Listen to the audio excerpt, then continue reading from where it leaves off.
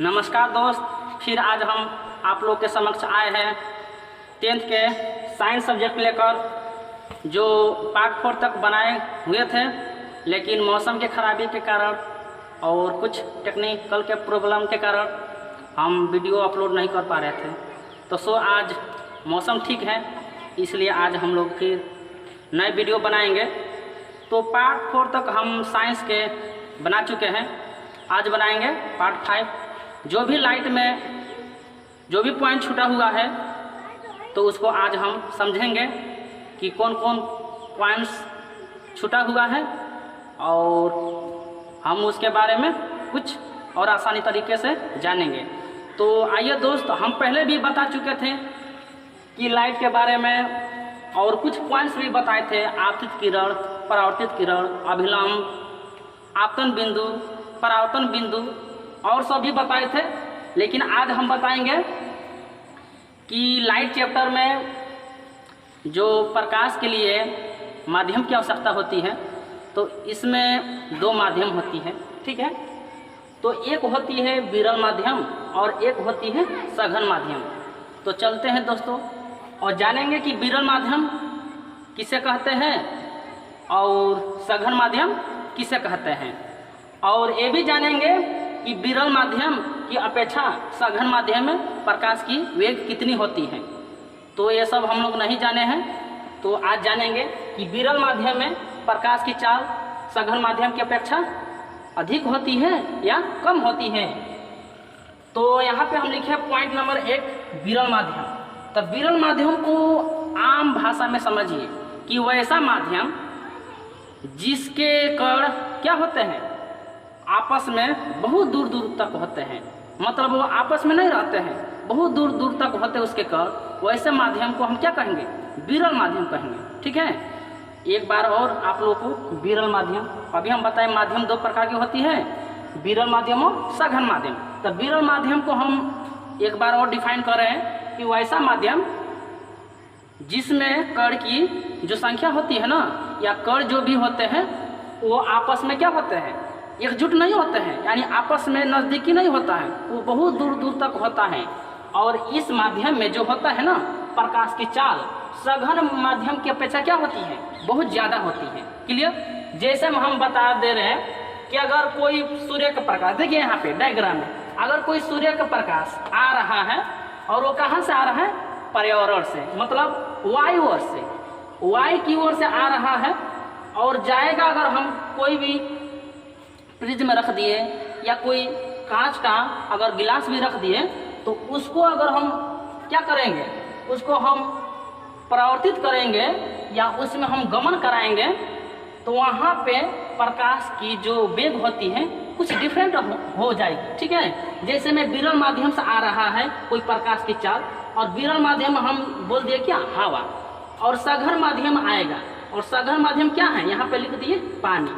तो यहाँ पे देखिए, जब विरल माध्यम से प्रकाश आ रही है तो सघन माध्यम में जो भी प्रवेश करेगी ना, तो अभिलंब की ओर क्या होगी, मुड़ जाएगी, ठीक है। ये बहुत ही महत्वपूर्ण पॉइंट है कि जब हवा की ओर से जब प्रकाश आएगी और सघन माध्यम यानी पानी की अंदर जाएगी, पानी के अंदर, तो किस ओर दिखाई देगी, तो अभिलंब की ओर मुड़ती हुई प्रतीत होती है। आप लोग देखे होंगे कोई गिलास, और उस गिलास में पानी भर दीजिए, ठीक है, और उसमें कोई एक लकड़ी या कोई पेन उसमें उसके अंदर क्या कर दीजिए, डाल दीजिए, वहाँ पर क्या दिखाई देगा, वहाँ पे थोड़ा सा वो जो भी वस्तु डालिएगा ना, जैसे कलम ही है, उस गिलास में डाल दीजिएगा तो क्या बोलते हैं, ये कलम थोड़ा झुकी हुई दिखाई देती है। तो किसके कारण, यही विरल माध्यम सघन माध्यम के चलते, ठीक है। तो यहाँ पे हवा विरल माध्यम हुआ और पानी क्या हुआ, सघन माध्यम हुआ। क्लियर।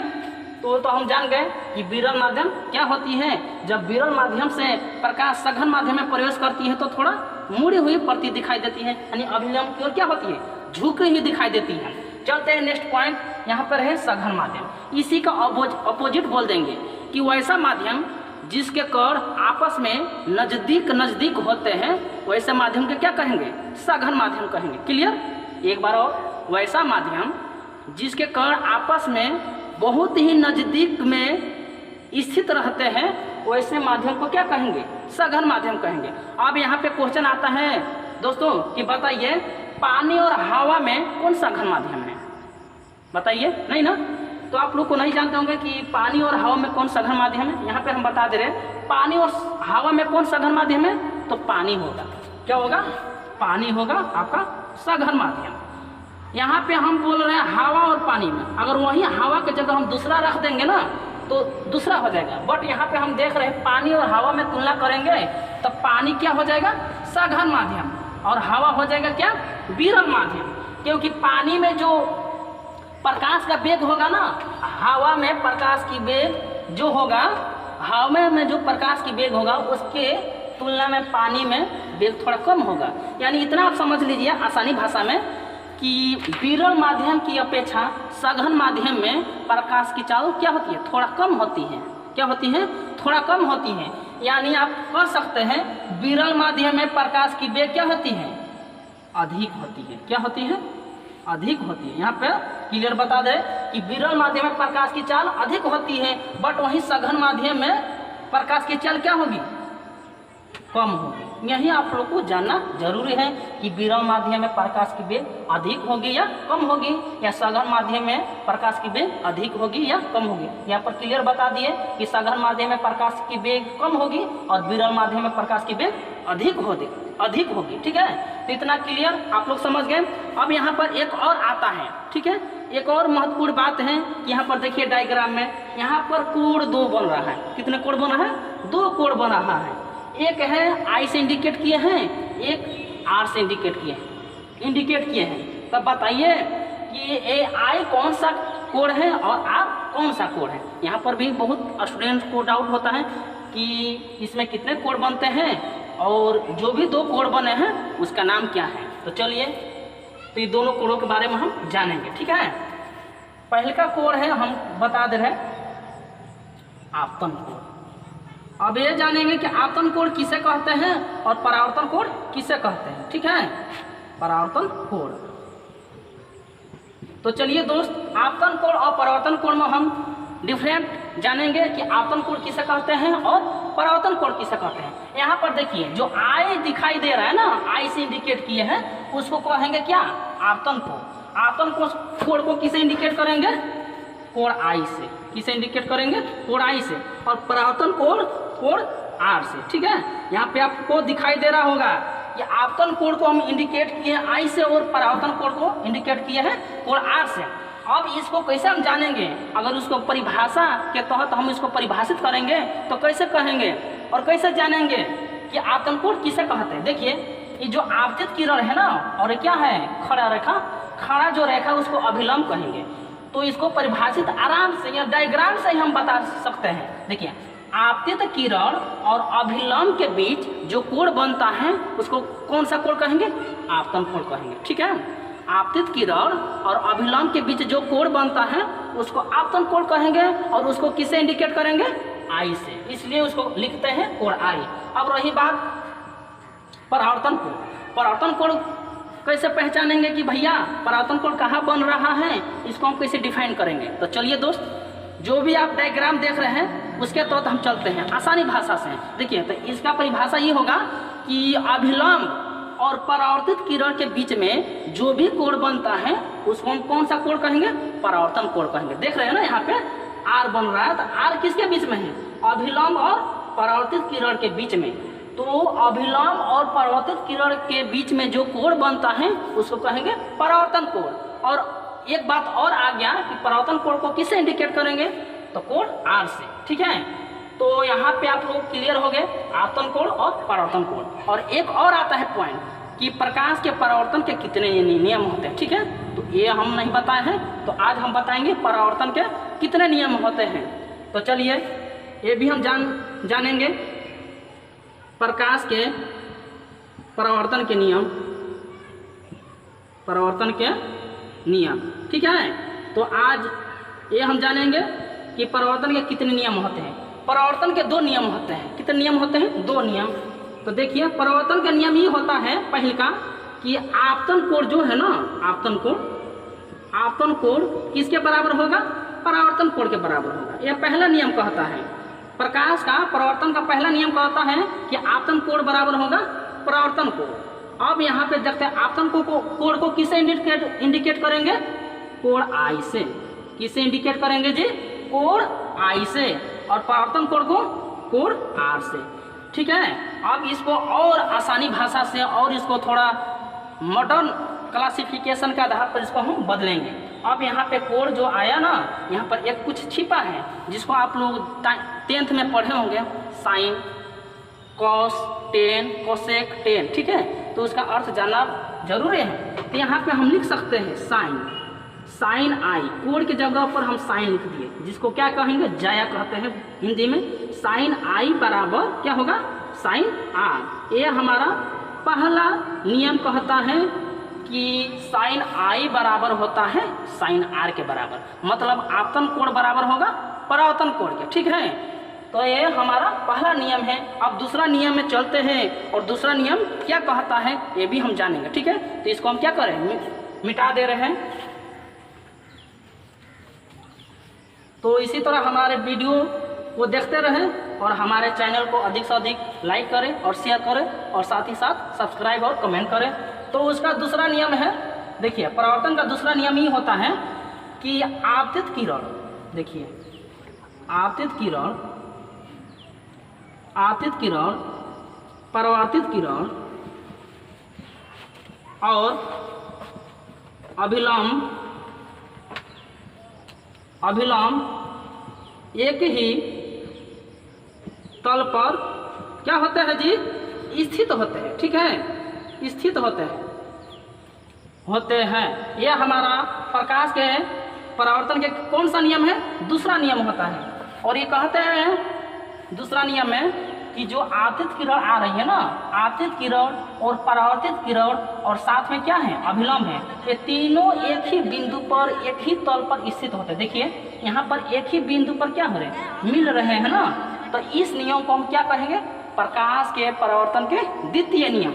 अब यहाँ पर एक और आता है भाई कि प्रकाश के परावर्तन के जो दूसरा नियम है, तो इतना तक क्लियर। और पहला नियम में एक और हम भूल गए कि उसको हम क्या कहेंगे। ठीक है, ये तो दूसरा नियम है कि आपतित किरण, परावर्तित किरण और अभिलंब एक ही तल पर क्या होते हैं, स्थित होते हैं। और पहला जो नियम हम बताए हैं साइन आई बराबर साइन आर, उसका भी एक दूसरा नाम है। ठीक है, अगर उसको दूसरे तरीका से क्वेश्चन पूछ देगा तो आप लोग क्या होंगे, थोड़ा आप लोग को डाउट हो जाएगा, प्रॉब्लम हो जाएगा। तो इतना तो क्लियर हो गया, प्रथम नियम है कि साइन आई बराबर साइन आर होता है। लेकिन उसमें एक साइंटिस्ट आए, ठीक है, उस साइंटिस्ट का नाम है स्नेल जी। क्या नाम है उसका, स्नेल जी। वही सबसे पहले यह प्रकाश के परावर्तन के जो नियम है उसको प्रतिपादित किया है। तो उसके ही नाम से प्रकाश के प्रथम नियम का नाम भी रखा गया। उसका हम दूसरा नाम नोट में लिख दे रहे हैं। ठीक है, नोट में कि जो साइन आई है ना, साइन आई बराबर साइन आर, तो इसका दूसरा नाम है, एक साइंटिस्ट है जिसका नाम क्या है, स्नेल जी है। उसने अपने ही नाम पर इस नियम का नाम रखा, स्नेल का नियम। ठीक है, स्नेल का नियम। तो इसका ये भी हो सकता है कि साइन आई बटा साइन आर, साइन आई बटा साइन आर। अगर क्वेश्चन में उसको उलट देगा कि साइन आई बराबर साइन आर न देकर अगर वहाँ पर पूछ देगा कि स्नेल का नियम किसे कहते हैं, तो आप लोग वहाँ पर क्या हो जाइएगा, कंफ्यूज हो जाइएगा। तो ये हम भूल गए थे, उसी में आप लोग नोट में लिख लीजिएगा कि उसे हम स्नेल का नियम भी कहते हैं। अब स्नेल के नियम को हम एक और मतलब पॉइंट से इंडिकेट करेंगे। अगर स्नेल का नियम न देकर एक और दे देगा तो उसको हम कैसे जानेंगे। स्नेल के नियम को हम अपूर्णांक से सूचित करते हैं। किसे सूचित करेंगे, अपूर्णांक से। और अपूर्णांक को म्यू से इंडिकेट करते हैं, यानी म्यू बराबर होता है साइन आई बटा साइन आर। तो देखिए दोस्त, यहाँ पर 3-4 पॉइंट छूट गया था जो हम प्रथम नियम में नहीं बताए थे, लेकिन इसको हम नोट में भी लिख सकते हैं कि साइन आई बराबर साइन आर होता है। इसको हम स्नेल का नियम भी कहते हैं। इसको हम अपूर्णांक से सूचित करते हैं और इसको क्या कहते हैं, म्यू भी कहते हैं। अगर कोई कह देगा कि स्नेल के नियम में म्यू बराबर क्या होगा, तो बता देना है साइन आई बटा साइन आर। ठीक है, तो चलिए दोस्त अगले पॉइंट के बारे में जानेंगे। पहला पॉइंट है पूर्ण सूर्य ग्रहण और दूसरा है पूर्ण चंद्र ग्रहण। तो यहाँ पे बहुत ऐसे स्टूडेंट्स को कंफ्यूज में पड़ जाते हैं कि सर पूर्ण सूर्य ग्रहण में किसमें ग्रहण लगता है और पूर्ण चंद्र ग्रहण में किसमें ग्रहण लगता है। मतलब यहाँ पे देखते हैं ग्रहण, ग्रहण का अर्थ ही है क्या, संकट, यानी इसमें सूर्य ग्रहण में कौन संकट में पड़ जाता है और चंद्र ग्रहण में कौन संकट में पड़ जाता है। यहाँ पे बहुत ऐसे डाउट आते हैं और बहुत ऐसे कमेंट भी आए कि सर हम लोग को बताइए पूर्ण सूर्य ग्रहण में किसको प्रॉब्लम होता है, ठीक है, किसको ग्रहण लगता है और चंद्र ग्रहण में भी प्रॉब्लम है। तो देखिए हम सहज भाषा में एक फिगर के तहत आप लोग को बताएंगे कि पूर्ण सूर्य ग्रहण में कैसे हम जानेंगे कि पूर्ण सूर्य ग्रहण है, ठीक है। तो देखिए यहाँ पर आप लोग देख रहे होंगे कि एक और बना है सूर्य और बीच में क्या है, चांद, और तीसरा में क्या है, पृथ्वी। तो ये बताइए दोस्तों कि सूर्य का काम क्या होता है। सूर्य का काम होता है प्रकाशमय करना, किसको, पृथ्वी को करना, ठीक है। यानी सूर्य का मेन मकसद है सारे पृथ्वी को क्या करना, प्रकाशमय करना, पूरे पृथ्वी को क्या करना, प्रकाशमय करना। बट उस दिन और उस ग्रहण में ऐसा एक प्रॉब्लम आ जाता है कि उस समय सूर्य हमारी पृथ्वी को प्रकाश नहीं दे पाती है। क्यों नहीं दे पाती है, तो वहाँ पर एक दुश्मन आ जाता है, ठीक है। उस दुश्मन का नाम है क्या, चांद। क्या नाम है, यहाँ पे आ जाता है चांद, जो दोनों के बीच में एक विवाद खड़ा कर देता है, यानी एक झगड़ा पैदा कर देता है एक दुश्मन बनकर, ठीक है। तो बीच में चंद्रमा आ जाती है, लेकिन सूर्य का काम है पृथ्वी को प्रकाशमय करना, लेकिन चंद्रमा जैसे ही आ जाएगी सूर्य हमारी पृथ्वी को यानी हमारे जितने भी पृथ्वी लोग हैं वहाँ पे प्रकाश उत्सर्जित नहीं कर पाता है। कौन रोकता है, चंद्रमा रोकता है, ठीक है। यानी यहाँ पे सूर्य को प्रॉब्लम हुआ है, सूर्य का प्रॉब्लम हुआ है, मतलब ग्रहण का अर्थ ही है प्रॉब्लम। इसको यहाँ पे कुछ संकट आ गया है। संकट ये आ गया है कि बीच में एक दुश्मन आ गया, इस दुश्मन चंद्रमा, जिसके चलते वो पृथ्वी को प्रकाशमय नहीं कर पा रहा है। अब इसको परिभाषित कैसे करेंगे शब्दों से, तो कहेंगे जब सूर्य और पृथ्वी के बीच, जब सूर्य और पृथ्वी के बीच चंद्रमा आ जाती है, जिसके चलते सूर्य पृथ्वी तक अपना प्रकाशमय नहीं कर पाता है, वैसे ग्रहण को, ऐसे प्रक्रिया को ही हम क्या कहेंगे, पूर्ण सूर्य ग्रहण कहेंगे। क्लियर। एक बार और फिर बता दे रहे कि सूर्य और पृथ्वी के बीच जब चंद्रमा आ जाती है तो उस समय पूर्ण सूर्य ग्रहण लग जाता है, और पूर्ण सूर्य ग्रहण लगने के कारण ही हमारी पृथ्वी में अंधकार हो जाता है, यानी प्रकाश नहीं आ पाता है, ठीक है। तो इसको हम डिफाइन कर गए। अब यहाँ पर एक बात आती है कि पूर्ण सूर्य ग्रहण कब लगता है, किस दिन को लगता है, शनिवार को लगेगा कि रविवार को लगेगा, पूर्णिमा को लगेगा, अमावस्या को लगेगा, शिवरात्रि को लगेगा, कब लगेगा। तो यहाँ पर आप लोग ध्यान दीजिए, वो हमेशा पूर्ण सूर्य ग्रहण कब लगेगा, अमावस्या का ही दिन लगेगा। कब लगेगा जी, अमावस्या के दिन ही, जब भी पूर्ण सूर्य ग्रहण लगेगा तो अमावस्या के दिन ही लगेगा। तो इसको क्लियर, ठीक है। अब चलते हैं पूर्ण चंद्र ग्रहण में। पूर्ण चंद्र ग्रहण, जैसे हम सूर्य ग्रहण की बात किए, ठीक यहाँ पर भी चंद्रमा को संकट आ जाती है, कोई प्रॉब्लम आ जाता है, वहाँ पे उसको कौन सा दुश्मन आ जाता है उसके बीच। तो देखिए यहाँ पे हम बता दे रहे हैं कि जो है चंद्रमा, ठीक है। तो चंद्रमा किससे प्रकाशमय होता है, आप लोग जानते हैं कि चंद्रमा अदीप्त क्या है, पदार्थ है या वस्तु है। चंद्रमा के पास खुद प्रकाश नहीं रहता है, वो किसी और वस्तु से या पदार्थ से क्या होता है, प्रकाश नहीं होता है। जैसे में चंद्रमा किससे प्रकाशमय होगा, सूर्य से, ठीक है। तो सूर्य जब चंद्रमा को प्रकाश देता है तो अभी चंद्रमा दिखाई देती है, लेकिन यहाँ पे क्या आ गया है, कुछ प्रॉब्लम आ गया है। इनका काम है सूर्य को कि चंद्रमा को चमकना, जिसके चलते वो रात में क्या होती है, चमकती है। लेकिन उस समय ऐसा दिन आता है, ऐसा संकट आता है, उस समय चंद्रमा क्या होती है, अंधेरी हो जाती है, काली हो जाती है। कब और क्यों, क्योंकि यहाँ पर एक दुश्मन आ गया, और उस दुश्मन का नाम है क्या है, पृथ्वी। क्या नाम है, पृथ्वी। अब पृथ्वी बीच में आ जाएगी। बताओ अगर कोई आदमी है, ठीक है, अगर एक साइड एक आदमी है और एक साइड एक आदमी है, और बीच में दीवार कोई खड़ा कर दे, क्या ये दोनों आदमी एक दूसरे को देख सकेगा, नहीं। क्यों, क्योंकि बीच में एक अपारदर्शी वस्तु रखा गया है आम भाषा में। ठीक इसी तरह सूर्य और चंद्रमा के बीच में कोई एक दुश्मन आ गया, कोई एक प्रॉब्लम आ गया, कोई एक संकट आ गया, उस संकट का नाम क्या है? पृथ्वी है। पृथ्वी आ जाने से चंद्रमा प्रकाशमय नहीं हो पा रही है, जिसकी वजह से चंद्रमा अंधेरी हो जाती है। तो इसको हम परिभाषा से कैसे इंडिकेट करेंगे, कैसे हम परिभाषित करेंगे? तो देखिए, जब सूर्य और चंद्रमा के बीच, ध्यान से सुनिए मेरे बातों को, जब सूर्य और चंद्रमा के बीच पृथ्वी आ जाती है तो उस समय कौन सा ग्रहण लगता है? चंद्र ग्रहण लगता है। कौन सा ग्रहण लगेगा? चंद्र ग्रहण। एक बार और, जब चंद्रमा और सूर्य के बीच एक नया वस्तु या नया दुश्मन आ जाता है जिसका नाम क्या है? पृथ्वी है, तो उस समय चंद्रमा क्या होती है? अंधकार में खो जाती है, जिसके चलते चंद्रमा प्रकाशमय नहीं हो पाता है। वैसे स्थिति को हम क्या कहेंगे? पूर्ण चंद्र ग्रहण कहेंगे। तो यहाँ पे तो जान गए हैं कि पूर्ण सूर्य ग्रहण कब लगती है। अब यहाँ पर भी जानेंगे कि पूर्ण चंद्र ग्रहण किस दिन को लगती है। यहाँ पर जानिए, हमेशा चंद्र ग्रहण पूर्णिमा को ही लगती है। कब लगेगी? पूर्णिमा को ही लगेगी, न कि अमावस्या का। तो ये बहुत VVI पॉइंट्स है और नोट्स भी है, और एग्जाम में भी पूछता है बार बार कि पूर्ण सूर्य ग्रहण किस दिन को लगता है। तो मार दीजिएगा अमावस्या को, जो भी ऑप्शन आएगा, और ऑप्शन में अमावस्या देखिएगा, उसमें क्या कर दीजिए? सर्किल कर दीजिएगा अपने ब्लैक पेन से। और पूरे चंद्र ग्रहण कब लगेगा? पूर्णिमा को लगेगा। ठीक है, तो इतना ही आज के वीडियो में।